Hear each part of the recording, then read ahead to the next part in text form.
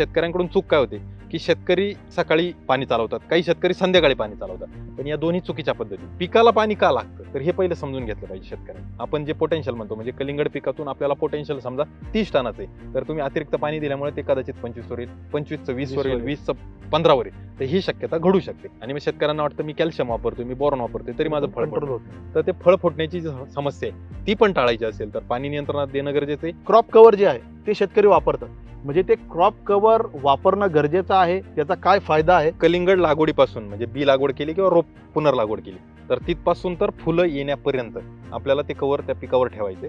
आणि त्या दरम्यान आपल्याला जे काही फवारण्या किंवा जे काही कीड रोग व्यवस्थापन करायचे तर ते खूप मर्यादित करायचे. म्हणजे 3 आठवड्यापर्यंत आपल्या कमीत कमी 4 ते 5 फवारण्या झालेल्या असतील. एका फवारणीचा खर्च जर आपण 1,500 रुपये जरी पकडला तरी आपला 7-8 हजार रुपयाचा फवारणीचा खर्च असतो. आणि क्रॉप कव्हर टाकला तर ह्या फवारणीमधला बहुतांशी खर्च 60-70% खर्च आपण टाळू शकतो. पहिलं फुल दिसायला चालू झाल्यानंतर त्वरित आपल्याला हे क्रॉप कव्हर काढणं गरजेचं आहे. माझा त्या शेतकऱ्यांना प्रश्न आहे, ज्यावेळेस तुम्ही मिरची किंवा टोमॅटो ज्यावेळेस 6 महिने त्याचं उत्पादन चालवता तेव्हा जाऊन तुम्हाला 25, 30, 40 टनापर्यंत उत्पादन येतं. कांद्यासारख्या पिकामध्ये तुम्ही 4 महिने कांदा शेतामध्ये ठेवतात तेव्हा जाऊन तुम्हाला 25-30 टन उत्पादन देतात. परंतु तितकंच उत्पादन तुम्हाला फक्त 60 दिवसात कलिंगड देते. म्हणून तुम्हाला अन्नद्रव्याचा वापर हा खूप नियोजन पद्धतीने करणं गरजेचं आहे. की साखरेचं प्रमाण सुद्धा जे आहे तर ते पोटॅशमुळे वाढत जातं. हो. पोटॅशचा सुद्धा रोल जो आहे तो कलिंगड पिकामध्ये महत्वाचा आहे. प्रतिवेल 2 जर दोन फळं फळं ठेवली तर अंदाजे तुम्हाला 11,000 फळे मिळणार आहे. 11,000 फळांचं वजन तुम्ही 2 किलो केलं तर तुम्हाला 22 टन उत्पादन मिळणार आहे. 11,000 फळांचं वजन तुम्ही 3 किलो केलं तर तुम्हाला 33 टन उत्पादन मिळणार आहे. मग हे तुम्हाला जास्त क्वांटिटीकडे जाण्याची गरजच नाही. हा बरोबर. पहिला महत्वाचा मुद्दा. 2 फळं ठेवून याचं वजन किती वाढवू शकतो तर त्यासाठी प्रयत्न करणं गरजेचं आहे. बरोबर. आता कलिंगड पिकामध्ये एक माशी आपल्याला पाहिजे असती ती येत नसती, ती मधमाशी. मधमाशी. आणि जी माशी आपल्याला नको असते जी आपल्या पिकाला त्रास देणारी तर ती फळमाशी ती न बोलावता येत असते. ह्या 2 गोष्टी. ज्यावेळेस फळ साधारणपणे चेंडूच्या आकाराचं बनतं त्यावेळेस आपल्याला कळतं की आपल्या फळामध्ये त्या किडीचा प्रादुर्भाव झाला.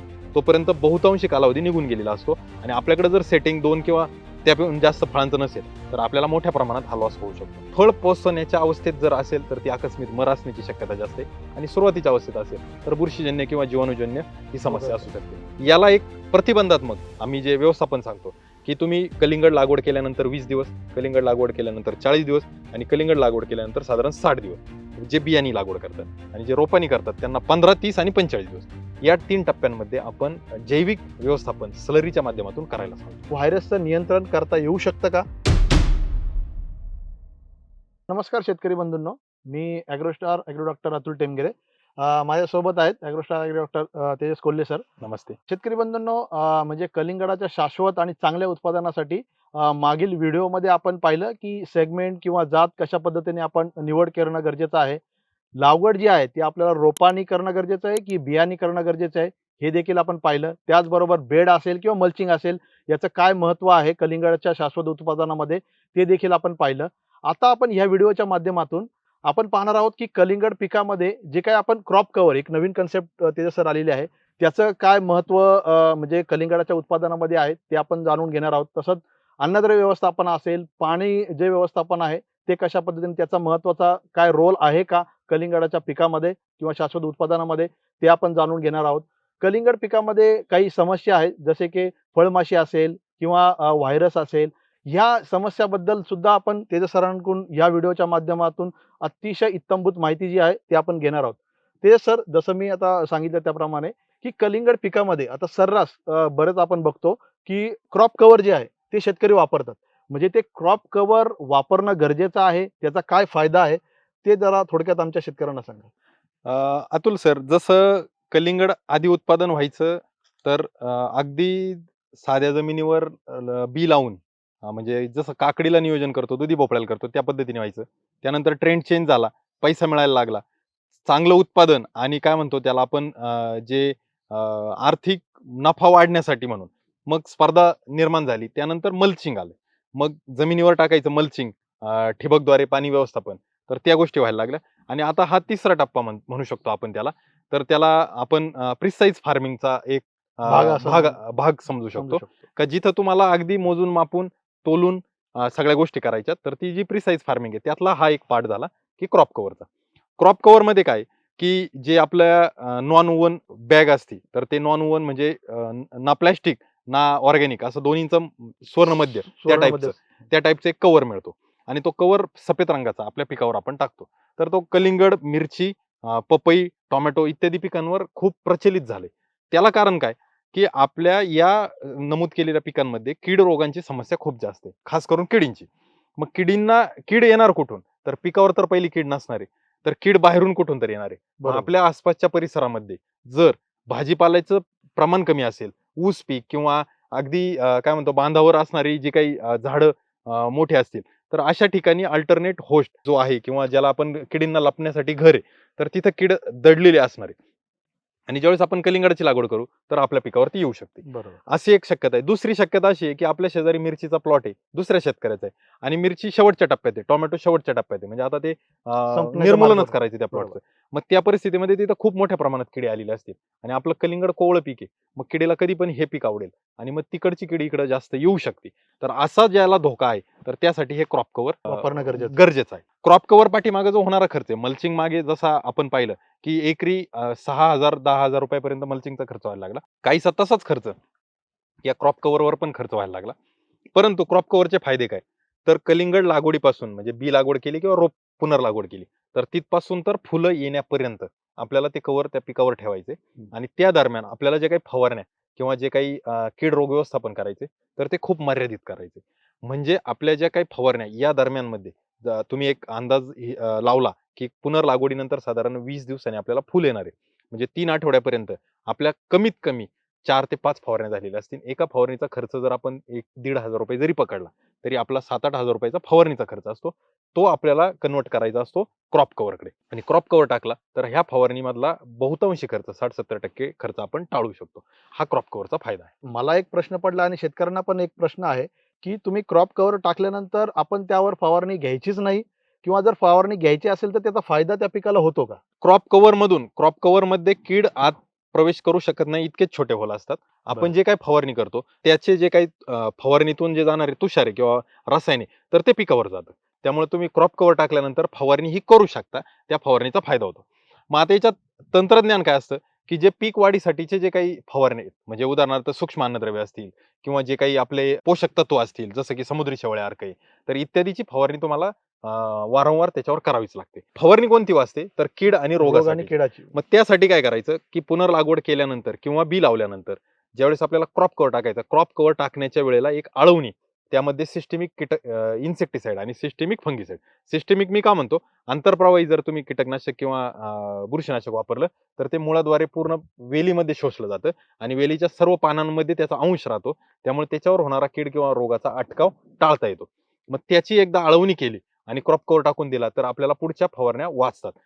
तरी पण आपल्याला जर अशी भीती वाटली किंवा आपल्याला जर अशी रिस्क वाटली, की आपल्या पिकावर काही कीड किंवा रोग येतील, तर तिथेही पण आंतरप्रवाही जे बुरशीनाशक, कीटकनाशक आहे, तर त्याची एखादी फवारणी तुम्ही घेऊ शकता. बुरशीनाशकाचा जर विचार केला, तर ते ॲझोक्सिस्ट्रॉबिन आणि क्लोरोथॅलोनिल जे ड्रॅगनेट नावाचे हायली सिस्टेमिक असणाऱ्या बुरशीनाशकाचे वापर तुम्ही करू शकता. डायफेन्थ्युरॉन सारखं कीटकनाशक आहे, जे हायली सिस्टेमिक इन्सेक्टिसाइड आहे.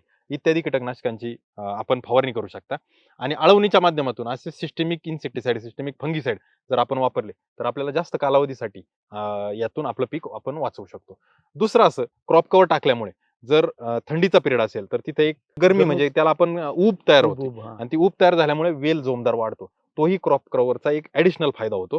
त्यामुळे आपलं पीक सशक्त किंवा जोमदार होण्यासाठी मदत होते. या गोष्टी क्रॉप कव्हरमधून होतात. ठीक आहे. आता आपण क्रॉप कव्हर टाकायचं, परंतु क्रॉप कव्हर टाकल्यानंतर ते किती कालावधीपर्यंत पिकाच्या किती कालावधीपर्यंत ठेवणं गरजेचं आहे? हा महत्वाचा मुद्दा आहे आणि खास करून कलिंगडामध्ये महत्वाचा आहे. कारण कलिंगड पिकामध्ये जे काही फळ धारणा होते, तर ते कलिंगड हे परपरागीकरण म्हणजे किंवा क्रॉस मधमाशीचा पॉलिनेटेड हां, क्रॉस मधमाशीचा पॉलिनेटेड रोल क्रॉप. आहे मग त्याच्यामध्ये. तिथं मधमाशी येणे म्हणजे आपल्याला आपल्या पिकामध्ये, आपल्या वेलीवर साधारण 4थ्या, 5व्या किंवा 6व्या इंटरनोडवर किंवा ज्याला आपण पेऱ्यावर म्हणतो, तर आपल्याला पहिलं फुल दिसायला चालू होतं. ते पहिलं फुल दिसायला चालू झाल्यानंतर त्वरित आपल्याला हे क्रॉप कव्हर काढणं गरजेचं आहे. मग तिथं मधमाशीचा रोल येतो. मग नर फुल, मादी फुल, नर फुलावरून जे पराग घेतले ती जर मादी फुलावर येऊन बसली मधमाशी, तर आपल्याला तिथं फळ धारणा लवकर होते. आणि मग त्या हिशोबाने आपल्याला जर विचार केला, तर आपल्या प्लॉटमध्ये जे सुरुवातीचे काही वेली असतात, म्हणजे अगदी 10% वेलींवर आपल्याला फुल दिसायला चालू झालं, की त्वरित आपल्याला क्रॉप कव्हर काढून टाकायचं आणि क्रॉप कव्हर टाकून आपल्याला फळ सेटिंग होईपर्यंत तिथं मधमाशीला वाव द्यायचा. बरं. एकदा का काढलं, की नंतर शक्यतो कोणी शेतकरी टाकत नाही, पण आपण टाकू शकतो जर गरज असेल, वातावरण कसं आहे त्या हिशोबाने. एकदा का फळ धारणा झाली, फळ सेटिंग झाली, प्रतिवेलीला कमीत कमी 2 फळं लागली, की आपण परतही टाकायचा निर्णय घेता येईल. परंतु त्यावेळेस ही काही प्रचलित पद्धत नाही. प्रचलित पद्धत ही सुरुवातीच्या अवस्थेतच आहे. त्यावेळेस आपण निश्चित त्याचा वापर म्हणजे करू शकतो. निश्चित सुरुवातीच्या अवस्थेमध्ये हो. फुल सेट दिसल्यानंतर म्हणजे सेटिंगच्या अवस्थेच्या पूर्वीच अवस्थेपर्यंत हो, ते आपल्याला काढायचं आहे. काढणं गरजेचं. Okay, okay. ते सर आता म्हणजे क्रॉप कव्हर हा म्हणजे बरेचसे मार्केटमध्ये आता बरीचशी प्रचलित पद्धत होती, पण त्याविषयी खूप म्हणजे सोपी आणि साध्या भाषेमध्ये तुम्ही शेतकऱ्यांना माहिती दिलेली आहे. आता पाणी म्हणजे कलिंगड पिकामध्ये पाण्याचं पण मला असं वाटतं महत्त्वाचा रोल आहे. हो, आहे. कारण की कलिंगड पिकामध्ये आपण जास्त प्रमाणामध्ये उत्पादन तर घेतच असतो. परंतु पाण्याच्या पाळ्या पुढे-मागे झाल्यानंतर एक क्रॅकिंगची समस्या पण जाणवते हो. कलिंगड पिकामध्ये. म्हणजे त्याविषयी काय म्हणजे पाण्याचं नियोजन शेतकऱ्यांनी कलिंगड पिकामध्ये कशा पद्धतीने करणं गरजेचं आहे? आता याच्यात 3 टप्प्यात आपण पाण्याचा विचार करू, की सुरुवातीला लागवडीच्या वेळेला आपण जसं सांगितलं, की जर बी लागवड केली असेल, ओल्या बेडमध्ये बी लागवड करतो. उगवून आल्यानंतर वापसा कंडिशन पाहून आपण टप्प्याटप्प्याने पाणी देत असतो. तर जे सुरुवातीचं पाणी आहे, तर ते वेळच्या वेळी देणं ही शेतकऱ्याची भावना असते. कारण रोप आहे, रोपाची काळजी घेतली पाहिजे, रोपाला पाणी कमी पडता कामा नये. पण अशा परिस्थितीमध्ये जर तुम्ही सुरुवातीचे जे काही पुनर्लागवड केलेली असतील किंवा बी उगवून आल्यानंतर असेल, तर ते पाणी तुम्ही सतत तिथं ओल ठेवताय, सतत वापसा ठेवताय.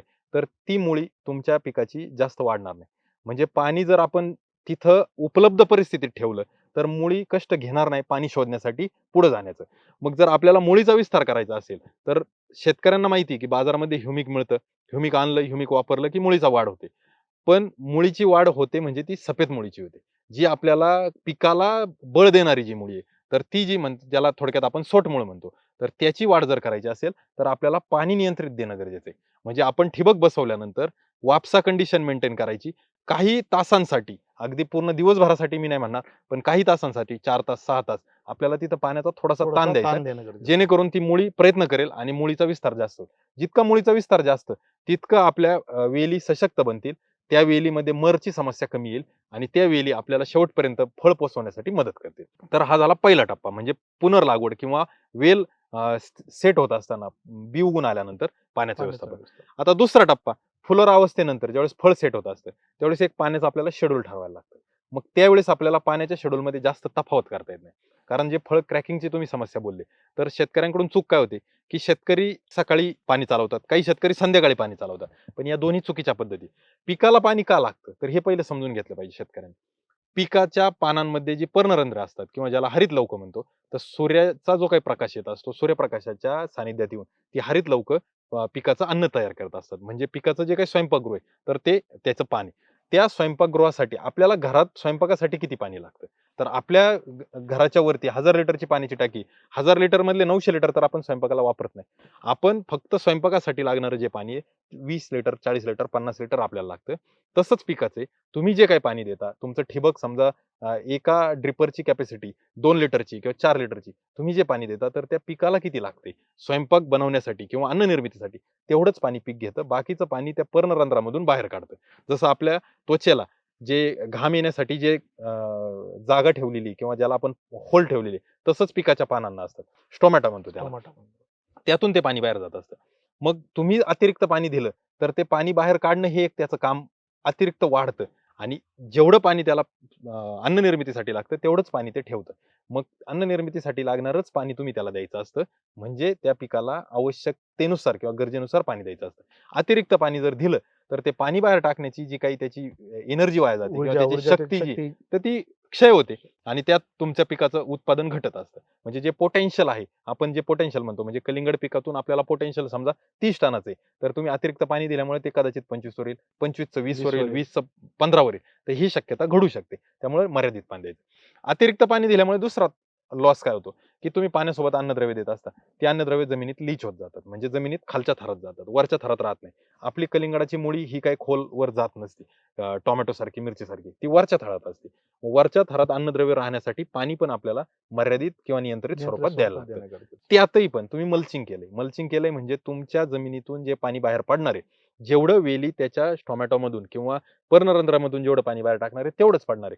बाकी मल्चिंग असल्यामुळे, सूर्यप्रकाशामुळे किंवा उन्हामुळे बिलकुलही पाणी बाहेर पडणार नाही. त्यामुळे तुम्हाला तितकं नियंत्रित पाणी देणं गरजेचं आहे. दुसऱ्या टप्प्याचा विचार आपण केला, तर शेतकऱ्यांनी पाणी देत असताना कधी पण सूर्य दय झाल्यानंतर म्हणजे सूर्य उजाडल्यानंतरच पाणी द्यावं आणि सूर्यास्त होण्यापूर्वी पाणी बंद करावं. म्हणजे शेतकऱ्याचं शेड्यूल जर 1 तासाचं आहे, तर सकाळी 7च्या आधी त्यांनी पाणी देऊ नये आणि संध्याकाळी 4 वाजेच्या नंतर कधीही पाणी देऊ नये. हे सूत्र जर लक्षात ठेवलं, तर आपल्या कलिंगडच काय इतर कोणत्याही पिकांमध्ये ज्या समस्या येणार आहे, तर त्या कमी येतील. हा एक भाग झाला. दुसरं, ज्यावेळेस फळपक्वता होत असते, तर फळपक्वता होत असताना त्याला तुम्ही जर नियंत्रित पाणी नाही दिलं, अतिरिक्त पाणी दिलं, तर जसं पर्णरंध्रातून पाणी बाहेर पडतं, तसं पीक फळातून सुद्धा पाणी बाहेर पडण्याची एक काय म्हणतो ना त्याला शक्यता एक आपण पण त्याला इमर्जन्सी अरेंजमेंट हां, म्हणतो. हां. तर ती इमर्जन्सी अरेंजमेंट केलेली असती, पिकांनीच केलेली असते. मग तुम्ही अतिरिक्त पाणी दिलं, तर पर्णरंध्र एकदा पाणी बाहेर टाकण्यासाठी सक्षम नसली किंवा त्यांच्या कॅपॅसिटीपेक्षा जास्त झालं, का मग ते फळातून बाहेर येतं. मग ते फळ फुटतं. आणि मग शेतकऱ्यांना वाटतं मी कॅल्शियम वापरतोय, मी बोरॉन वापरतोय, तरी माझं फळ कंट्रोल फुटत. होत नाही. तर ते फळ फुटण्याची जी समस्या आहे, ती पण टाळायची असेल, तर पाणी नियंत्रणात देणं गरजेचं आहे. मी पुन्हा पुन्हा वारंवार शब्द वापरतो, नियंत्रणात. म्हणजे पाणी द्यायचं नाही असंही नाही आणि अतिरिक्त पाणी झालं असंही नाही. ही एक बाब. आणि पाणी देत असताना सूर्योदयापासून सूर्यास्तापर्यंतच्याच वेळेत आपल्याला पाण्याचं शेड्यूल ठेवायचे आणि फळपक्वतेच्या अवस्थेमध्ये आपल्याला हे शेड्यूल फॉलो करायचे. म्हणजे तुम्ही दिवसाआड 1 तास देताय, तर दिवसाआड 1च तास द्यायचे. तुमच्या पिकाला तुम्ही काय सवय लावली? 2 दिवसाआड 2 तास देताय, तर ती 2 दिवसाआडच 2 तास द्यायचे. ती सवय तुम्ही बदलायची नाही. ती जर बदलली, तर पीक डिस्टर्ब होतं. जशी आपल्या ह्युमन टेंडन्सी असते किंवा आपले जे काही मानसिकता असते, तशीच पिकाची पण काही मानसिकता असते. ती जर तुम्ही बदलायला गेला, तर तुम्हाला त्याच्या समस्या किंवा त्याचे जे काही दुष्परिणाम आहे, ते लगेच जाणवायला चालू होतात. आणि खास करून कलिंगड पिकामध्ये तर हे लवकर होतं. शेतकरी बंधूंनो म्हणजे आपण पाणी आपल्याला माहिती आहे आपल्याकडे पाणी आहे. आपण म्हणजे जास्त प्रमाणामध्ये कुठल्याही पिकाला पाणी देत असतो आणि त्यांनी आपलं उत्पादन वाढत असतं. हा आपला एक गैरसमज आहे. तर म्हणजे तेजस सरांनी अतिशय महत्त्वाचा मुद्दा या ठिकाणी सांगितला आहे, की कलिंगड पिकामध्ये पाणी किती प्रमाणामध्ये, कुठल्या वेळेला पाणी देणं गरजेचं आहे आणि स्टेजेसनुसार सुरुवातीची स्टेज असेल, फुलाची स्टेज असेल किंवा फळवाढीची स्टेज असेल. या स्टेजमध्ये आपण पाण्याचं नियोजन कशा पद्धतीने करणं गरजेचं आहे, ते आता आपल्याला सांगितलेलं आहे. तेजस सर, आता पाण्याचं नियोजन झालं, परंतु कलिंगड पिकामध्ये आपण 20 टन, 25 टन, 30 टन ह्या प्रमाणामध्ये उत्पादन घेत असतो. तर त्याच्यामध्ये मला असं वाटतं क्वालिटी उत्पादनासाठी अन्नद्रव्य व्यवस्थापन हा नक्कीच. खूप महत्त्वाचा मुद्दा आहे कलिंगड पिकामध्ये. हो. तर त्याविषयी काय म्हणजे कोणकोणती अन्नद्रव्य कलिंगड पिकासाठी महत्त्वाची आहेत? जसं आपण मागच्या व्हिडिओमध्ये पाहिलं, की आपण बेसल डोस बनवत असताना आपल्या बेडमध्येच आपण अन्नद्रव्य वापरतो. आता काही शेतकऱ्यांना वाटतं 60 दिवसाचं पीक आहे. कलिंगड हे सरासरी 60 दिवसाचं. रोप लावलं तर 60 दिवसाचं. जर तुम्ही बी लावलं असेल तर साधारण 70-75 दिवसाचं. एवढ्या कमी कालावधीच्या पिकासाठी एवढी खतं लागतात का? तर माझा त्या शेतकऱ्यांना प्रश्न आहे, ज्यावेळेस तुम्ही मिरची किंवा टोमॅटो ज्यावेळेस 6 महिने त्याचं उत्पादन चालवता, तेव्हा जाऊन तुम्हाला 25, 30, 40 टनापर्यंत उत्पादन येतं. कांद्यासारख्या पिकामध्ये तुम्ही 4 महिने कांदा शेतामध्ये ठेवतात, तेव्हा जाऊन तुम्हाला 25-30 टन उत्पादन देतं. परंतु तितकंच उत्पादन तुम्हाला फक्त 60 दिवसात कलिंगड देते. बरोबर. म्हणून तुम्हाला अन्नद्रव्याचा वापर हा खूप काय म्हणतो ना त्याला आपण नियोजन नियोजन पद्धतीने पद्धतीने करणं करणं गरजेचं गरजेचं आहे. जर तो नाही करू शकलो, तर मग आपण विनाकारण त्याच्यावर पैसे खर्च करतोय, असं त्यातलं होतं. आता अन्नद्रव्य व्यवस्थापनाचा एक ढोबळ हिशोब आहे, की ढोबळ हिशोब कसा आहे, की तुम्ही सेंद्रिय खत हे साधारणपणे 30 ते 40% त्याच्यावर तुम्ही भार द्यायचा आहे. 30-40% आर्थिक पद्धतीने म्हणा किंवा क्वांटिटीच्या हिशोबाने म्हणा. त्यानंतर एक साधारण 20 ते 25% तुम्हाला दाणेदार खत जे आपण बेसल डोस वगैरे बेसल जमिनीत डोसमध्ये वापरला वापरतो ते. तो करतो. परत एकदा 30% पर्यंत आपण विद्रव्य खतं कारण आता ठिबकनी नियोजन करतोय. कलिंगडासारखं जे प्रिसाइज फार्मिंग म्हणतो आपण, तर तिथं विद्रव्य खतांचा वाटा येतो. बरोबर. आणि एक 10% साधारण एक पैशाच्या स्वरूपात की 10% खर्च हा तुम्हाला जैविक वर करायचा आहे. जैविक आणि सेंद्रिय हे 2 गोष्टी आहेत. पहिलं तर दोन्ही गोष्टी वेगळ्या आहेत हे शेतकऱ्यांनी समजून घेतलं पाहिजे. सेंद्रिय म्हणजे काय? जे सेंद्रिय कर्ब जमिनीत वाढवतं, जिथं वॉटर होल्डिंग कॅपॅसिटी वाढते, जमीन भुसभुशीत होते आणि मुळाला एक चांगलं पोषक वातावरण मिळतं, ते सेंद्रिय कर्ब करतं. मग त्यासाठी शेणखत असेल, गांडूळ खत असेल, कोंबड खत असेल, ते आपण वापरतो. जैविक म्हणजे काय? जिथं नत्र, स्फुरद, पालाश विरघळणारे जीवाणू किंवा अनुपलब्ध स्वरूपात जमिनीत पडलेले जे काही अन्नद्रव्य ते पिकाला उपलब्ध करून देणारे जीवाणू, ते म्हणजे आपण जैविक. तर ते जैविकही वापरायचे असतात. यात सर्वांचा समतोल आपण जर साधला, तर निश्चितच आपल्याला उत्पादन चांगलं मिळतं आणि कमीत कमी खर्चामध्ये आपण या ठिकाणी उत्पादनाची जी मजल आहे, तर ती मोठी घेऊ शकतो. घेऊ शकतो. त्यामध्ये अन्नद्रव्य व्यवस्थापनामध्ये कलिंगड पिकामध्ये काही अशी अन्नद्रव्य आहेत का, जी आपल्याला वाटतात, की ही अन्नद्रव्य जाणं गरजेचं आहे? नक्कीच. वेलवर्गीय पीक आहे. तर आपण जे नत्र स्फुरद पालाश हे तर नियमित स्वरूपात देतो. आपण बेसल डोसमध्ये बेड भरत असताना आपण खास करून स्फुरद आणि पालाशची काळजी घेतली. त्यानंतर आपण ज्यावेळेस कलिंगड वाढीच्या अवस्थेत असतं, त्यावेळेस आपला स्टार्टर ग्रेड ज्याच्यामध्ये 19-19-19 असेल. जर तुम्ही बी लावलं असेल तर 19-19-19 हा अतिशय चांगला ग्रेड आहे किंवा तुमचं थंडीत उत्पादन घ्यायचं तर 19-19-19 हा योग्य ग्रेड आहे. मग तुम्ही सरासरी 1 एकरला 1 किलो एका दिवसाला असं एक सरासरी त्याचं गणित आहे. मग तुम्ही दिवस आड देताय तर 2 किलो तुम्हाला द्यावं लागेल. तुम्ही 3 दिवस आड खत देताय तर 3 किलो 3 द्यावं किलो. लागेल 1 एकरसाठी. अशा पद्धतीने ते ग्रेड वापरायचे. जर तुम्ही रोप लावला असेल आणि थंडीचा कालावधी नसेल तर तुमचं वेल चांगल्यापैकी विस्तार व्हायला चालू होतं. तिथं 19-19 ऐवजी 13-40-13 या ग्रेडचा तुम्ही वापर करू शकता. हे झालं नत्र स्फुरत पाला. मग सुरुवातीच्या अवस्थेत आपल्याला काय लागतं? तर झिंकची गरज असते. झिंकमुळं वेलीला वाढीला चालना मिळते आणि खास करून थंडीच्या दिवसामध्ये पिकाला जे बळकटी देण्याचं काम ते झिंक करत असतं. फुलोर अवस्थेच्या आसपास आपल्याला काय लागतं? तर कॅल्शियम बोरॉन लागतं. कॅल्शियममुळे जी फुलधारणा किंवा फुलांचं रूपांतर फळामध्ये होण्यास मदत होते. बोरॉननी जे काही परागीकरण आहे ते चांगलं होतं. ते तिथं कॅल्शियम आणि बोरॉनचा रोल येतो. त्यानंतर फळपक्वतेच्या अवस्थेमध्ये परत एकदा फळ तडकू नये. फळाची जी साल आहे तर ती व्यवस्थित इलॅस्टिक म्हणजे आपण त्याला काय म्हणतो ना, ताणण्याजोगी राहावी यासाठी परत कॅल्शियमचा रोल येतो आणि कॅल्शियम देत असताना त्यासोबत बोरॉन द्यायला लागतं. तेही तिथं बोरॉन, कॅल्शियमचा रोल येतो. वेलीच्या वाढीच्या अवस्थेमध्ये एकदा आणि फळ पोसण्याच्या पोसण्याच्या अवस्थेमध्ये अवस्थेमध्ये. दोन्ही वेळेस आपल्याला एकदा मॅग्नेशियमची पूर्तता करावी लागते. मग मॅग्नेशियम सल्फेट आपण ठिबकद्वारे 5 ते 10 किलो प्रति एकर देऊ शकतो. त्यानंतर ज्यावेळेस फळपक्वतेची अवस्था येते, तर त्या फळामध्ये चांगला रंग येण्यासाठी, चांगला कलर डेव्हलप होण्यासाठी म्हणून आपल्याला जशी पोटॅशची गरज आहे, त्याच्या खालोखाल फेरसची पण गरज आहे. आणि फेरस आणि पोटॅश दोन्ही संयुक्त पद्धतीने चालतात. त्यामुळे आपल्याला फेरस आणि पोटॅशचा वापर करावा लागतो. फेरस जर आपण वापरलं फवारणीद्वारे असेल किंवा जमिनीतून देणारं फेरस असेल, तर तुम्हाला निश्चितच तिथं फळाचा कलर आहे तो डेव्हलप होण्यास मदत होते. अशा पद्धतीचे अन्नद्रव्य आपण वापरू शकतो. त्यानंतर अगदी ट्रेस एलिमेंटमध्ये विचार केला तर सिलिकॉनचा. सिलिकॉन सारखं अन्नद्रव्य जे पिकावर येणारे ताणतणाव आहेत, जैविक असेल, अजैविक असेल. तुम्ही अतिरिक्त पाणी दिल्यामुळे काही ताणतणाव आले असतील किंवा तुमच्याकडून काही कीड रोगाचं व्यवस्थापन मागे पुढे झालं असेल, तर ते जे ताण येतात, तर ते कमी करण्यासाठी सिलिकॉनचा एक सिलिकॉनचा वापर वापर. असतो. मग तुम्ही फवारणीद्वारे म्हणा किंवा आळवणी किंवा ठिबकद्वारे म्हणा, तर सिलिकॉन वापरू शकता. या सर्व अन्नद्रव्याचा वापर आपण करत असतो. आता फ्लोरा स्टेज आली. पहिलं स्टार्टरकडे आपण 19-19 किंवा 13-40-13 चा विचार केला. जसं आपल्याला प्लॉटमध्ये फुलं दिसतात, तर फुलं दिसण्याची अवस्था आली, की आपण 12-61 कडे जातो. जिथं 12% नत्र आणि 61% फॉस्फरस आहे.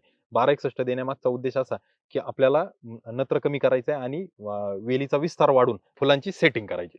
एकदा का सेटिंग झाली, आपल्याला 2 किंवा 3 फळं अपेक्षित असतात. प्रतिवेल 2 किंवा 3 फळं आपल्याला मिळाली, एकदा अंदाज आला, की मग आपण 12-61 बंद करून 13-0-45 कडे जातो. जिथं आपल्याला वेलाचाही विस्तार आता झाला पाहिजे आणि 45 दिल्यामुळे सोबतच फळ पण पोचलं पाहिजे आणि त्याच वेळेला भुरीसारखी समस्या येते.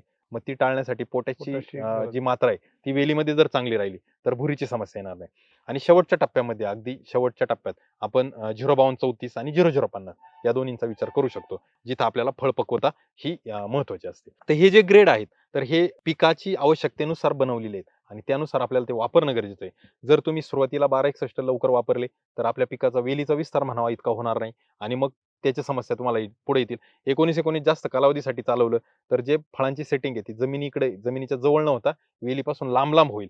जितकी जमिनीपासून लांब होईल तितका फळ पोसण्याची समस्या आपल्याला येईल. मग त्यासाठी हे ग्रेड योग्य टप्प्याने योग्य ग्रेड वापरणं खूप गरजेचं आहे. आणि शेवटच्या टप्प्यामध्ये जेव्हा फळ पक्व करायचं असतं किंवा आपल्याला आता या प्लॉटचा व्यवहार करायचा असं आपला एक निर्णय होतो आणि एखादं दुसरं फळ कापून पाहिल्यानंतर बऱ्यापैकी तिथं कलर आलेला आहे चांगला. तर तशा परिस्थितीमध्ये आपण पोटॅशियम शोनाइड ज्यामध्ये मुबलक प्रमाणात गंधक असेल, मॅग्नेशियम असेल आणि पोटॅश पोटॅश असेल, असेल. तिन्ही अन्नद्रव्याची एकत्र पूर्तता होते. तर त्याचाही वापर आपण करू शकतो. फवारणीतून आपण चिलेटेड फेरस देऊ शकतो. जे फेरसच्या वापरामुळे रंग चांगला येऊ शकतो. तर अशा पद्धतीने आपल्याला हे नियोजन करायचं असतं. तर ह्या सर्व अन्नद्रव्यांचा वाटा या पिकामध्ये महत्त्वाचा आहे. त्यामुळे तुमची मुख्य अन्नद्रव्ये असतील, सूक्ष्म अन्नद्रव्ये असतील आणि दुय्यम अन्नद्रव्ये असतील, या सर्वांना समतोल विचारात घेऊन आपल्याला जावं लागतं. वेलवर्गीय पीक आहे म्हणून तिथं सल्फरची मात्रा जाणीवपूर्वक वेगळी वापरण्याची गरज नाही. सिंगल सुपर फॉस्फेटमधूनही आपल्याला सल्फर मिळतो, 0050 मधूनही मिळतो, पोटॅशियम शोनाइड मधूनही मिळतो. तर तिथून आपण देऊ शकतो. परंतु खूपच अति जास्त प्रमाणात थंडी जर आली, तर त्या परिस्थितीमध्ये आपण एखादा दुसरा किलो सल्फर हे सल्फरचा ठिबकद्वारे वापर आपण देऊ करू शकतो. शकतो. आणि जसं आता पोटॅशचं पण तुम्ही सांगितलं म्हणजे फळामध्ये जी काही गोडी जी आहे, हो. ती साखरेचं प्रमाण सुद्धा जे आहे, तर ते ते पोटॅशने येतं. पोटॅशमुळे वाढत जातं. हो. म्हणजे पोटॅशचा सुद्धा रोल जो आहे तो कलिंगड पिकामध्ये खूप महत्वाचं आहे. महत्वाचा आहे. ते सर आता म्हणजे अन्नद्रव्य व्यवस्थापन आपण या पद्धतीने तुम्ही जे आता सांगितलं त्या पद्धतीने जर शेतकऱ्यांनी अन्नद्रव्य व्यवस्थापन केलं, तर निश्चितच जी क्वालिटी म्हणतो आपण, हं. ती शेतकऱ्याला चांगली मिळणार आहे. क्वालिटी बरोबर क्वांटिटी या दोन्ही गोष्टी ज्या आहेत, त्या अन्नद्रव्य चांगलं. व्यवस्थापनातून चांगल्या पद्धतीने शेतकऱ्यांना मिळणार आहे. ते तर सर आता ह्या गोष्टी अन्नद्रव्य व्यवस्थापनापर्यंत ठीक आहे. परंतु काही कलिंगड पिकामध्ये आंतरमशागत हो. किंवा त्याचा काही रोल आहे का? म्हणजे कसं होतं काही वेळेला आपण जे काही बेडमध्ये लागवड करतो आणि त्या वेली ज्या आहेत, त्या कशा पद्धतीने राखणं गरजेचं आहे? किंवा काही शेतकऱ्यांचा असं आहे, की एका वेलीवर आपण फळं किती ठेवली पाहिजेत? काही शेतकरी 3-4 फळांपर्यंत किंवा 2 फळांपर्यंत राहिलं पाहिजे, 3 फळं याच्याबद्दल तुम्ही काय सांगाल? म्हणजे कशा पद्धतीने आपण आंतरमशागत केली पाहिजे? नाही, आंतरमशागत महत्त्वाची आहे. जितकं टोमॅटो, मिरचीसाठी आपण काळजी घेत असतो, महत्त्वाच्या आंतरमशागती करीत असतो, तितकंच महत्त्वाचं कलिंगड पिकामध्ये पण आहे. ते 2 अनुषंगाने जो एक तुमच्या प्रश्नातच त्याचं उत्तर आहे, की जे फळांची संख्या रेग्युलेट करणं, ते इम्पोर्टंट आहे. आणि ती फळांची संख्या नियंत्रित किंवा आपण काय म्हणतो ना, आपण ठरवल्याप्रमाणे घेणं हे खूप गरजेचं आहे. आम्ही शेतकऱ्यांना हिशोब सांगत असतो, की तुम्ही 5,800 साधारणपणे रोपं लावली. प्रति वेल 2 जर 2 फळं फळं ठेवली. ठेवली, तर अंदाजे तुम्हाला 11,000 फळं मिळणार आहे. 11,000 फळांचं वजन तुम्ही 2 किलो केलं, तर तुम्हाला 22 टन उत्पादन मिळणार आहे. 11,000 फळांचं वजन तुम्ही 3 किलो केलं, तर तुम्हाला 33 टन ठीक आहे. उत्पादन मिळणार आहे. मग हे तुम्हाला जास्त क्वांटिटीकडे जाण्याची गरजच नाही. हा बरोबर. पहिला महत्त्वाचा मुद्दा. 2 फळं ठेवून त्याचं वजन किती वाढवू शकतो, तर त्यासाठी प्रयत्न करणं ते गरजेचं आहे. बरोबर. आता हे कागदोपत्री गणित झालं. हे प्रत्यक्षात येईलच असं नाही. त्याला पण अनेक गोष्टी आहेत, की जे वेलीच्या पहिलं फळ लागतं, त्याची साईज कधी पण जास्त होते. 5 किलो, 7 किलो, अगदी 10 किलोपर्यंत पण फळं जातात. आणि जे थोडंसं पुढं नंतर लागलेलं दुसऱ्या नंबरचं फळ आहे, तर त्याची साईज 2 किलो, 3 किलोपर्यंतच थांबून जाते. कितीही प्रयत्न केले तरी अशा पद्धतीने होतं. मग आता एका वेलीला 2 फळं ठेवणं हे एक आंतरमशागतीचा भाग आहे. मग त्यात काय करायला लागतं, की ज्यावेळेस आपल्याकडे सेटिंग त्या पद्धतीचं झालं, की नत्रयुक्त खतांचा वगैरे थोडासा वापर वापर वाढवायचा. तेवढा एक 4 दिवसासाठी, 8 दिवसासाठी वाढवायचा. जेणेकरून जे वेलीचं पुनरुत्पादनासाठी जे काही लक्ष्य आहे, तर ते विचलित करायचं आणि ते परत एकदा व्हेजिटेटिव्ह ग्रोथ म्हणजे वाढीसाठी आपण डायव्हर्ट करायचं. ती एक गोष्ट करू शकतो. त्यानंतर दुसरं काय, तर आपण मजुरांकरवी पण बहुतांशी शेतकरी, की 2 फळं जी चांगली आहेत, जी कधी-कधी 3 फळं, 4 फळं आलेली असतात. मग त्यातलं खराब कोणतं आहे? काही फळं वाकडी असतात, काहींना थ्रिप्सचा डॅमेज झालेला असतो. ही सगळे चेक करून ती फळं आपण काढून काढून टाकतात. टाकायची. काही मजुराकरवी तेही करतात. मग 2च फळं राहतात. आंतरमशागतीचा हा फळांच्या बाबतीतला भाग झाला. त्याही पूर्वी आपल्याला मी मागच्याही व्हिडिओमध्ये आपल्याला बोललो होतो, की एका बेडवर एकच लाईन लावणं हे संयुक्तिक मानलं जातं. कारण का? झिगझॅग पद्धतीने लावणं किंवा जोडोळ पद्धत लावणं यामुळे काय होतं, ठिबकची नळी ज्या बाजूच्या वेलीला पाणी चांगलं देते, तिथं वेल चांगली वाढते. कदाचित तिथं पाणी जास्त झालं, अन्नद्रव्य जास्त झाली, तर ती वेली वाढेल किंवा अतिरिक्त पाण्यामुळे ती वेली कमी वाढते, साईडची वाढते. म्हणजे एकसारखेपणा तिथे येत नाही. त्यामुळे आम्ही सांगतो, की एका बेडवर एकच लाईन लावा. ठिबकची नळी जो जमिनीचा उतार निसर्ग नियमाप्रमाणे, आता निसर्ग नियमाप्रमाणे कसा ओळखायचा? तर तुमच्या प्लॉटच्या आसपास वाहणारी नदी कोणत्या दिशेला वाहते किंवा ओढा कोणत्या दिशेला वाहतो, तो झाला निसर्गाचा नियम. मग ज्या दिशेला वाहतो त्याच्या विरुद्ध दिशेला आपल्याला ठिबकची नळी ठेवायची, की निसर्ग नियमाप्रमाणे ते पाणी तिथं वेलीपर्यंत येईल. हा त्यामागचं गणित असतं. आणि ते जर आपण केलं, तर आपल्याला एकच लाईन लावायची. एक लाईन लावल्यानंतर मग काय पुढे काळजी घ्यायची, ज्या बाजूला आपली ठिबकची नळी आहे, त्या बाजूला आपल्याला वेलीचं विस्तार पाठवायचा. मग आपण डाव्या बाजू किंवा उजवी बाजू, एक बाजू कोणती तरी निवडली, की आपल्या सर्व वेलीचा जो कल आहे, तो आपल्याला त्या बाजूला द्यायचा आहे. हे केल्यामुळे काय होतं, तुम्हाला फवारणी करण्यासाठी जी मध्ये जागा आहे, तर ती ती मिळते. जास्त कालावधीसाठी मिळते. बरोबर. एक साधारणपणे फळपक्वतेच्या अवस्थेपर्यंत नाही मी म्हणू शकत किंवा काढणीपर्यंत नाही म्हणू शकत, पण फुल धारणा होऊन फळ सेटिंग होईपर्यंत आपल्याला ती जागा मिळते. मिळते. मग तुमचे जे फवारण्या वगैरे तुम्हाला चालणारा मजूर आहे, तो तिथून चालू शकतो. तेच जर आपण याचं नियंत्रण नाही केलं, दोन्ही बाजूला वेली वाढायला लागल्या, तर त्याला चालायला जागा राहत नाही आणि मग वेलीवर पाय पडला, शेंडा त्याचा कमकुवत झाला, मोडला, तर कधी-कधी शेंड्याकडून मर लागण्याची समस्या येते किंवा उत्पादनात घट येण्याची समस्या येते. त्यामुळे पहिली आंतरमशागत वेलीला एक बाजूला दिशा देणे, एक बाजूला दिशा दिल्यानंतर दुसरी आंतरमशागत, की 2 फळं राहतील कशी याची काळजी घेणे. नैसर्गिक पद्धतीने आपण काही युक्त्या वापरू शकतो, परंतु ते जर नसेल होत आणि जास्तच सेटिंग होत असेल, जर आपल्या प्लॉटमध्ये मधमाशी जास्त आली तर सेटिंग निरंतर चालू राहील. तर ती टाळण्यासाठी आपल्याला प्रयत्न करावे लागतील आणि 2 किंवा 3 फळांच्या पुढे न जाणे, ह्या 2 गोष्टी आपण आंतरमशागतीच्या बाबतीत करू शकतो. त्यानंतर तिसरी आंतरमशागत अशी, की जे आपलं फळ असतं, तर ते फळ एकाच जागी राहून त्याची जी खालची बाजू आहे, जी बाजू टेकलेली ती खराब होते. तर ती खराब होऊ नये म्हणून त्या फळाची दिशा आणि थोडीशी जागा आपल्याला बदलावी लागते. काही-काही शेतकरी त्याच्या खाली पाचट वगैरे ठेवतात. काही-काही शेतकरी त्याच्या खाली जे आपले प्लेट्स वगैरे असतात, जे आपण जेवणासाठी वापरतो, तर तेही ठेवतात. तर अशा काही आयडिया काही-काही शेतकरी करतात. प्लेट ठेवल्याने धोका असा आहे का, जर आपल्याकडे दव पडत असेल, तर त्या प्लेटच्या तिथं खाली पाणी साचू शकतं आणि तिथं फळ सडू शकतं. पाचट जर ठेवलं तर पाचटाच्या तिथं कीड येण्याची समस्या असते, कारण लपण्यासाठी तिला घर होतं. कीड म्हणजे खास करून अळीवर्गीय कीड. तर ते आपल्या फळाला डॅमेज करू शकतात. म्हणजे जे पण तुम्ही कराल, तर तुमचं लक्ष पाहिजे का तिथं तुम्हाला काही डॅमेज होतोय का? फळाची जागा आणि दिशा बदलण्यासाठी साधारण 6व्या-7व्या दिवशी आपल्याला ही प्रक्रिया 2 किंवा 3 वेळा करावी लागते. एकाच ठिकाणी फळ राहून तिथं खाली फळ खराब झालं, तर फळ सडण्याची शक्यता असते. मग तिची जागा बदलणे गरजेचं आहे. आता बऱ्याच वेळा ही पण चूक होते, की जागा बदलत असताना आपण पूर्ण फळ हलवतो. त्याची इकडून तिकडे दिशा करतो. त्यावेळेस ते मोडू शकतं. म्हणजे वेलीपासून वेगळं होऊ शकतं. तर काळजीपूर्वक आपल्याला थोडंसं टर्न करायचं आहे. आता असं फळ आहे, नंतरच्या ह्या स्टेजला, नंतर ह्या स्टेजला थोडंसं टर्न करायचंय. जागा वेगवेगळी घ्यायची. खाली खडे वगैरे असतील, कडक जागा असेल, तर ती न ठेवता नरम जागेवर ते फळ कसं राहील हे आपल्याला पाहिजे. आणि याला सगळ्यात चांगला मार्ग, जेवढे सेटिंग तुम्ही लवकर कराल, तुमच्या वेलीच्या किंवा जमिनीच्या बाजूला जर सेटिंग झालं, तर तुमचं पहिलं फळ तर बेडवरच राहील आणि दुसरं फळ खाली जमिनीत खाली जाईल. जमिनीवर. मग पहिलं फळ जर बेडवर राहिलं, तर ऑटोमॅटिक मल्चिंगवर किंवा चांगल्या ठिकाणी ते फळ राहिलं, तर पहिल्या फळाला तर धोका नाही. दुसरं फळ थोडंसं खाली जाईल, तर तिथं तुम्ही वेलीच्याच पानांच्या वर वगैरे ते फळ ठेवू ठेवू शकता. शकतो. परंतु तुम्हाला वारंवार तिथं लक्ष देणं गरजेचं आहे. म्हणजे साधारणपणे ही 2 किंवा 3 वेळा हे गोष्ट, एकदा फळ कमी करणे, ही गोष्ट 3 वेळेला आणि चौथी वेळ म्हणजे आपली वेलीला दिशा देणं, असं 4 वेळेला आपल्याला मजुरांकरवी आंतरमशागत करणं हे खूप गरजेचं गरजेचं असतं. निश्चितच त्याचं सर म्हणजे आंतर मशागतीचा जो काही महत्व आहे कलिंगड पिकामध्ये त्या दृष्टिकोनातून आहे की जे आपल्याला क्वालिटी उत्पादन आहे करायचं. ते राखण्यासाठी या हं. आंतर मशागती जे काही तुम्ही महत्वाचे मुद्दे जे सांगितलेत ते उपयोगात शेतकऱ्यांना येणारच आहेत. त्याचं सर कलिंगड पिकामध्ये एक महत्वाचा म्हणजे आपण म्हणतो इश्यू आहे जो प्रत्येक शेतकऱ्याला भेडसावतो तो म्हणजे फळमाशीचा. हो. म्हणजे फळमाशीमुळं मला असं वाटतं बऱ्यापैकी जे उत्पादनामध्ये घट जे येते ती फळमाशीमुळे येते कारण की त्याची जी क्वालिटी आहे ती पूर्णपणे खराब होते कलिंगड हो. पिकामध्ये. तर म्हणजे याच्याबद्दल काय म्हणजे ते फळमाशीचं नियंत्रण आपण कशा पद्धतीने करू शकतो कलिंगड पिकामध्ये? आता कलिंगड पिकामध्ये एक माशी आपल्याला पाहिजे असती, ती येत नसती, ती म्हणजे मधमाशी. मधमाशी. आणि जी माशी आपल्याला नको असती, जी ती आपल्या येत पिकाला असते. त्रास देणारी, तर ती फळमाशी, ती न बोलावता येत असते. ह्या 2 गोष्टी. तर आपल्या परिसरामध्ये आसपास कलिंगड, काकडी, दुधी, दोडका किंवा गिलक या 5 पिकांपैकी कुठं आपल्या आसपासच्या परिसरामध्ये जर शेती असेल, तर फळमाशीपासून आपल्याला आपलं पीक जपण्यासाठी खूप आधीपासून प्रयत्न करावा लागतो. जिथं ही पिकं नसतील, तरी पण फळमाशी येईल, पण तिथे धोका थोडासा तुलनेने कमी असेल. याला सगळ्यात महत्त्वाचा मुद्दा इंटिग्रेटेड पेस्ट मॅनेजमेंट किंवा ज्याला आपण एकात्मिक कीड व्यवस्थापन म्हणतो. तर ती आदर्श पद्धतीने इथं करू करणं शकतो गरजेचं आहे. आणि बरोबर. हे कमी खर्चात किंवा जे प्रतिबंधात्मक म्हणतो ते आपल्याकडून होतं. कारण फळमाशी येण्याची जी अवस्था आहे, त्याच अवस्थेला मधमाशी येईल. मधमाशी येण्यासाठी आपण मधमाशीला आमंत्रण देतोय आणि जर फळमाशीसाठी काही कीटकनाशक किंवा काही फवारण्या केल्या, तर ती मधमाशी मधमाशी जाईल. जाईल. मग आपल्याला जी कीड पाहिजे म्हणजे जी आपले मित्र कीड आहे, ती पण राहणार नाही आणि जी शत्रू कीड आहे, तर तिचं व्यवस्थापन होईल किंवा नाही होईल. त्यासाठी सगळ्यात सोपा मार्ग म्हणजे आपल्याला कामगंध सापळे लावणे. कामगंध सापळे ही खूप साधी आणि सोपी टेक्निक आहे, का जिथं जो मादी पतंगाचा जो गंध आहे, तर तो त्या सापळ्यामध्ये असतो. त्यामुळे नर पतंग तिथे अट्रॅक्ट होतो. नर कीड जर तिथं गेली, तर जे काही पुढचं पुनरुत्पादन आहे, तर ते थांबतं आणि ही मादी कीड आपल्या फुलामध्ये अंड घालण्याचं काम करू शकत नाही, जर तिथं नरच उपलब्ध नसेल तर. मग नर पतंग अटकवण्यासाठी ही उपाययोजना आहे. मादी कीड फुलामध्ये अंड घालते. त्यानंतर ते फूल बंद होतं आणि त्यातून फळ सेटिंग झाल्यानंतर आतून कीड किंवा बाहेर अळी बाहेर येते. येते. ज्यावेळेस फळ साधारणपणे चेंडूच्या आकाराचं बनतं, त्यावेळेस आपल्याला कळतं की आपल्या फळामध्ये ह्या किडीचा प्रादुर्भाव झाला.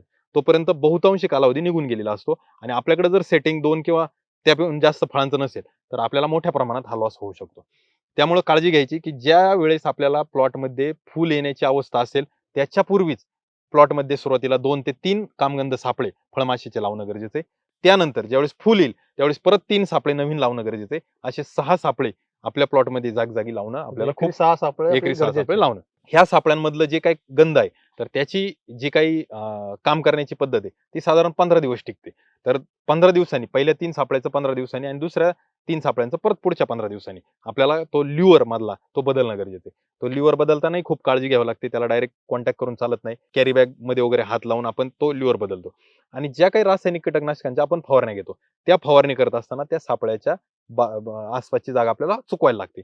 कदाचित आपण एखादं कीटकनाशकचा स्प्रे त्याच्यावर गेला आणि ह्या सापळ्याचा जो गंध आहे, तर तो जाऊन त्या कीटकनाशकाचा गंध तिथं राहतो आणि तो जर राहिला, तर मग आपल्या याचा उपयोग होत नाही. मग त्यासाठी सगळ्यात महत्त्वाचं ज्यावेळेस कलिंगड लागवड केल्यानंतर चांगली ब्रँचिंग चालू झाली, की 3 सापळे लावल्यावर तुम्हाला अंदाज येईल आपल्या परिसरामध्ये किती कीड आहे. तुम्ही त्या सापळ्यामध्ये जाऊन जाऊन पाहिलं त्या डब्यामध्ये ती कीड जमलेली असेल. जितकी जास्त जमेल तितके सापळ्यांची संख्या तुम्हाला वाढवावी लागेल. कदाचित 6हून जास्त सापळे आपल्याला लावायला लागतील आणि ही सगळ्यात सोपी पद्धत आहे.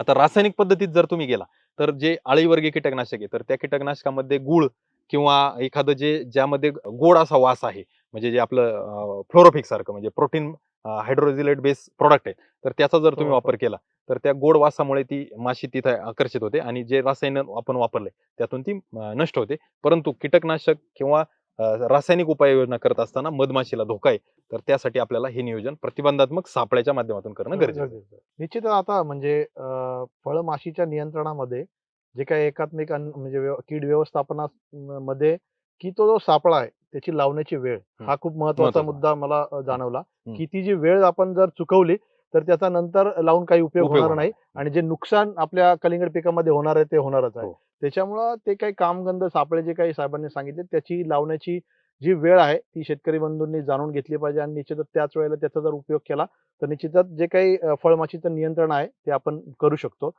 आता हे फळमाशीनंतर मर रोग जो आहे, कलिंगड पिकामध्ये मर रोग मोठ्या प्रमाणात येतो आणि त्यामुळेही खूप नुकसान जे आहे कलिंगड पिकामध्ये होतं. तर त्याचं म्हणजे काय आपण नियोजन कशा पद्धतीने करू शकतो त्या? मर रोगाचं जे व्यवस्थापन आहे, तर मर रोग येण्यासाठी जे कारण आहे, तर आपल्याकडं बॅक्टेरियल विल्ट येऊ शकतो किंवा बुरशीजन्य रोगाने मर येऊ मर येऊ शकतो. शकतो. बरोबर आणि आहे. तिसरी एक जी समस्या आहे, तर ती आकस्मिक मरची. परंतु कलिंगडमध्ये आपला जो अनुभव आहे किंवा शेतकऱ्यांना जो समस्या भेडसावते, तर ती आकस्मिक मरची जास्त भेडसावते. बुरशीजन्य रोगाची भेडसावत नाही. कारण का? तर शेतकरी बुरशीनाशकांची आळवणी वगैरे वेळच्या वेळी वापर करत करत असतात, असतात. वापर बरोबर. करत असतात किंवा जमिनीची मशागत करत असताना बुरशीचं निर्मूलन बऱ्यापैकी करत असतात. परंतु आकस्मिक मर नियंत्रणात आणणं शक्य होत नाही. त्याला कारण काय? तर एका वेलीवर 2 फळं किंवा 3 फळं जर असतील, तर एका वेलीवर साधारण 12-15 किलो वजन पोसण्याचं काम चालू असतं. आणि त्या वेलीचा जो काही बुंदा आहे किंवा खोड आहे, तर ते अगदी छोटं असतं. ते एवढ्या कमी जागेतून आपल्याला 12-15 किलो वजन पोसण्यासाठीचे जे अन्नद्रव्यांचं वहन आहे. आदान-प्रदान करायचंय, वहन करायचंय. मुळाकडून जे काही आपण रासायनिक अन्नद्रव्य देतो, ती पानांपर्यंत पोहोचवायची आणि पानांनी बनवलेलं अन्न मुळांपर्यंत आणून मुळापर्यंत द्यायचं. आणून द्यायचं. हे जे आदान-प्रदान आहे, तर यामध्ये अडथळा येतो. आणि हे करत असताना जर चुकून आपल्याकडून अतिरिक्त पाणी झालं, तापमानात चढ-उतार जास्त झाला, तर त्या परिस्थितीमध्ये आपली जी वेली आहे, तर ती गुदमरते किंवा ज्याला आपण काय म्हणतो, काम करायची बंद होऊन जाते. त्या परिस्थितीमध्ये जो हार्ट अटॅकचा जो प्रकार आहे किंवा त्याच पद्धतीचा तो अटॅक तिथं वेलीवर येतो आणि वेल अचानक बसायला चालू होते. मग फळ पोसण्याच्या अवस्थेत जर असेल, तर ती आकस्मिक मर असण्याची शक्यता जास्त आहे आणि सुरुवातीच्या अवस्थेत असेल, तर बुरशीजन्य किंवा जीवाणूजन्य ती समस्या वगळतं. असू शकते. बुरशीजन्य, जीवाणूजन्य असेल, तर तुम्ही रासायनिक व्यवस्थापन निश्चित करू शकता. पण आकस्मिक मर येण्यासाठी कुठल्याही प्रकारचं उपाययोजना नाही. त्यासाठी आपल्याला जे काही चहूबाजूनी जे व्यवस्थापन आहे, मग पाण्याचं व्यवस्थापन. मी मागच्या व्हिडिओत सांगितलं, की रोप लावल्यानंतर पाणी नियंत्रित द्या, जेणेकरून त्याची मुळी जास्त विस्तारित होईल आणि वेल सशक्त बनेल. तर बरोबर. ते पाणी नियंत्रित देणे गरजेचं आहे. दुसरी गोष्ट, वारंवार समुद्री शेवाळे अर्क किंवा आपले जे ह्युमिक आहे, तर जेणेकरून पांढरी मुळी चांगली राहील. पांढरी मुळी राहिली तर अन्नद्रव्याचा प्रवाह हा जास्त पद्धतीने चालू राहील. त्यानंतर खोड सशक्त होण्यासाठी जे फॉस्फरसयुक्त अन्नद्रव्य तर ते त्याचा वापरणं गरजेचं आहे, वापर जेणेकरून गरजेचा. खोडाचा आकार किंवा खोडाचा जो काही घेर आहे तो मोठा राहील आणि अन्नद्रव्याचं व्यवस्थापन वहन मोठं चांगलं. होईल. त्यानंतर चौथी गोष्ट, की जे स्ट्रेस प्लांटवर येतो, स्ट्रेस येण्याची बहुतांशी कारणं तापमान असेल, कीड रोग असेल, तर तो स्ट्रेस न येण्यासाठी सिलिकॉन सारख्या अन्नद्रव्यांचा वापर करणं गरजेचं आहे.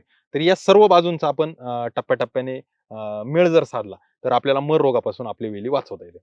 त्याही नंतर महत्वाची गोष्ट, पाणी वापरण्याची जी वेळ आपण जी बोललो, की दिवसा असणं गरजेचं आहे, सायंकाळच्या वेळी वापरू नये, वापर नाही. जिथं वेली गुदमरण्याची शक्यता वाढते. तर या सगळ्या गोष्टी जर आपण व्यवस्थित फॉलो केल्या, तर मर रोगापासून आपण आपलं वेली वाचू शकतो.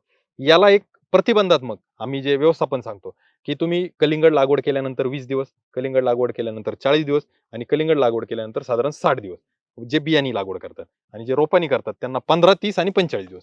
या 3 टप्प्यांमध्ये आपण जैविक व्यवस्थापन स्लरीच्या माध्यमातून करायला सांगतो. त्यामध्ये शेण, गोमूत्र, गूळ, ताक किंवा दही हे सगळं एकत्र करून त्याची स्लरी बनवायची. साधारण 200 लिटर जर स्लरी बनवली, तर ही स्लरी 3 ते 4 दिवस बनवून ठेवायची. ती ढवळत राहायची आणि ज्या दिवशी आपल्याला शेतामध्ये वापरायची, त्याच्या पूर्वी साधारण 3 ते 4 तास त्यामध्ये आपण ट्रायकोडर्मा असेल, ट्रायकोडर्मा वगैरे, सुडोमोनास असेल, सुडोमोनास. त्यानंतर एन-पी-केचे जे बॅक्टेरिया आहेत, नत्रस्फुरत पालाचे बॅक्टेरिया, यापैकी नाहीच कोणतं मिळालं, फक्त फॉस्फोसोल्बिलायझिंग बॅक्टेरिया जरी मिळाले तरी चालतील. ते बॅक्टेरिया त्याच्यात ॲड करायचे. त्यासोबत जे व्हॅम आहे, म्हणजे ज्याला आपण मायकोरायझा म्हणतो, तर ते मायकोरायझा त्यात ॲड करायचं. हे सगळं एकत्र ॲड केल्यानंतर ही स्लरी आपल्याला 15 दिवस, 30 दिवस, 45 दिवस किंवा जर बी लावलं असेल तर 20 दिवस, 40 दिवस आणि 60 दिवस या दिवशी ती आळवणी करणं गरजेचं आहे. ही जर आळवणी केली तर याच्यात फायदा काय होतो? स्लरी असल्यामुळे तुमच्या मुळीचा वाढ चांगली होते. त्याच्यात जीवाणूजन्य खत असल्यामुळे जे जमिनीतून अन्नद्रव्याचा अपटेक आहे तो चांगला तो राहतो. चांगला होतो. ट्रायको आणि सुडोमोनास असल्यामुळे जे बुरशीजन्य किंवा जीवाणूजन्य समस्या येणारे त्याला तो अटकाव होतो आणि व्यायाम किंवा जे आपण मायकोरायझा म्हणतो, मायकोरायझा बनवल्यामुळे मुळांच्या जे काही केसाळ रचना आहे, तर त्याच्यावर त्याची एक आवरण बनतं आणि मायकोरायझाला राहण्यासाठी घर मुळांनी दिलं, म्हणून मायकोरायझा मुळांना लागणारं अन्नद्रव्य उपलब्ध करून देण्याचं काम करतं. असं दोघांचं एक संयुक्त काम चालतं आणि त्यातून आपले वेली सशक्त राहण्यासाठी किंवा आपलं पीक सशक्त राहण्यासाठी मदत होते. तर हे जर शेड्यूल फॉलो केलं, तर बऱ्यापैकी ही समस्या आपण टाळू शकतो. हे करत असताना ज्यावेळेस आपल्याला हे व्यवस्थापन करायचं या दरम्यान कुठल्याही बुरशीनाशकाची आळवणी जमिनीतून आपण करू शकत करायचं. नाही. जर आपण जैविक करतोय तर बुरशीनाशक टाळावं लागेल. जर आपल्याला ती समस्या जाणवली, बुरशीजन्य समस्या जाणवते किंवा आपल्याला बुरशीजन्य मर आल्यानंतर एखादी दुसरी वेली सुकलेली दिसते, तर आपण जैविक न करता रासायनिककडे जावं. रासायनिक मधून आपल्याला तत्पर रिझल्ट दिसतील. जैविकचे रिझल्ट आपल्याला निरंतर राहतील, परंतु त्यासाठी थोडा वेळ द्यावा वेळ लागेल. द्यावा लागतो. अशा पद्धतीने आपल्याला हे व्यवस्थापन करता येईल. मग आता मर रोग झाला, तुम्ही मर रोगाचं नियोजन पण सांगितलं. पण मर रोगाच्या बरोबरच कलिंगड पिकामध्ये डावणी असेल, भुरी असेल, ह्या रोगांचा देखील प्रादुर्भाव मोठ्या प्रमाणामध्ये होतो. मग त्याचं सुद्धा नियंत्रण करणं गरजेचं आहे. मग त्यासाठी काय उपाययोजना असतील? आता भुरी रोगाचा जर विचार केला तर कोरडं हवामान झालं, थंडी वाढली तर भुरीची भुरी रोग समस्या समस्या वाढते. वाढते आणि फळपक्वतेच्या अवस्थेमध्ये ही एक भुरीची समस्या येते. कारण का? तर भुरी रोग न येण्यासाठी पिकामध्ये किंवा वेलीमध्ये जितकं पोटॅश जास्त, पालाची मात्रा जास्त. जास्त, तेवढी भुरीची समस्या कमी येते. तसंच डावणीचा जर विचार केला तर फळपक्वतेच्या अवस्थेपर्यंत जेव्हा फॉस्फरसची पिकाला गरज जास्त असते, त्याच कालावधीमध्ये फॉस्फरस कमी पडला तर डावणीची समस्या येते. त्यात जर आपल्याकडे धुकं पडत असेल, दमट हवामान असेल किंवा थोडंसं उष्ण दमट असेल, तर त्या परिस्थितीमध्ये डावणीची समस्या येते. तर या दोन्ही समस्या टाळण्यासाठी डावणी मिल्ड्यूवर नियंत्रण आणणारे बुरशीनाशक वेगळे, भुरीसाठी नियंत्रण आणणारे वेगळे. आपल्याकडे जे सेंट्रल इन्सेक्टिसाइड बोर्डच्या रिकमेंडेशन प्रमाणे जे ॲझॉक्सिस्ट्रॉबिन आणि क्लोरोथॅलोनिल हे एकच बुरशीनाशक आहे जे कलिंगड पिकासाठी आपण वापरलं फवारणी करू शकतो. जर आपल्याला सेंट्रल इन्सेक्टिसाइड बोर्ड व्यतिरिक्त जे शेतकऱ्यांना चांगले अनुभव आले, म्हणजे शेतकऱ्यांनी वापरले आणि त्यांना खूप फायदेशीर ठरले, तसं भुरीमध्ये जर तुम्ही गेले तर जे थायोफिनेट मिथिल असेल, कार्बेंडेन्झिम असेल, त्यानंतर डायफेनकॉनिझॉल असेल, हे भुरीसाठी काम करतं. जर तुम्ही डाउनी मिल्ड्यूच्या ह्याच्यात जर गेले तर मेटॅलॅक्झिल मँकोजेब एकत्र कॉम्बिनेशन असेल किंवा कॉपर ऑक्सिक्लोराइड असेल किंवा कॉपर हायड्रॉक्साईड असेल, तेही खूप चांगलं काम करतं. ॲझॉक्सिस्ट्रॉबिन हा घटक असेल, तो दोन्ही भुरी आणि डाउनी दोन्हीवर काम करतो. तर अशा पद्धतीच्या बुरशीनाशकांचा आपण निवड करू शकतो आणि फवारणी करू शकतो. बुरशीनाशक निवडताना सुरुवातीच्या अवस्थेमध्ये प्रतिबंधात्मक जर आपण वापरतोय, तर आपण सिस्टिमिक आणि तुलनेने महागडे असे बुरशीनाशक वापरू शकतो. एकदा का प्रादुर्भाव झाला, भुरीची समस्या जास्त आहे किंवा डावणीची जास्त आहे, तर त्या परिस्थितीमध्ये आपण कॉन्टॅक्ट फंगिसाइड आणि तुलनेने थोडेसे स्वस्त हे आपण वापरू शकतो. कारण ते एकदा का रोग आला की क्युरेटिव्ह काम करतात. जे रोग न येण्यापूर्वी काम करतात ते प्रिव्हेंटिव्ह काम करतात. प्रिव्हेंटिव्ह हे शक्यतो सिस्टिमिक करतात आणि क्युरेटिव्ह हे शक्यतो कॉन्टॅक्टवाले करतात. त्यामुळे ते आपल्याला निवड करणं खूप गरजेचं आहे त्यामध्ये. म्हणजे भुरी आणि डावणीसाठी म्हणजे आता तुम्ही म्हटलं CIB सेंट्रल इन्सेक्टिसाइड जो बोर्ड आहे, हो. त्याच्यामध्ये काहीतरी म्हणतो 1 का 2 एकच औषधं औषध. हो. रिकमेंडेशन आहे. परंतु शेतकऱ्यांच्या अनुभवातून काही जे काही बुरशीनाशकं हो. असतील, त्याचा वापर केल्यानंतर निश्चितच त्याचा आपण कंट्रोल जो आहे, तो फायदा मिळाला. फायदा आपल्या शेतकऱ्यांना मिळू शकतो.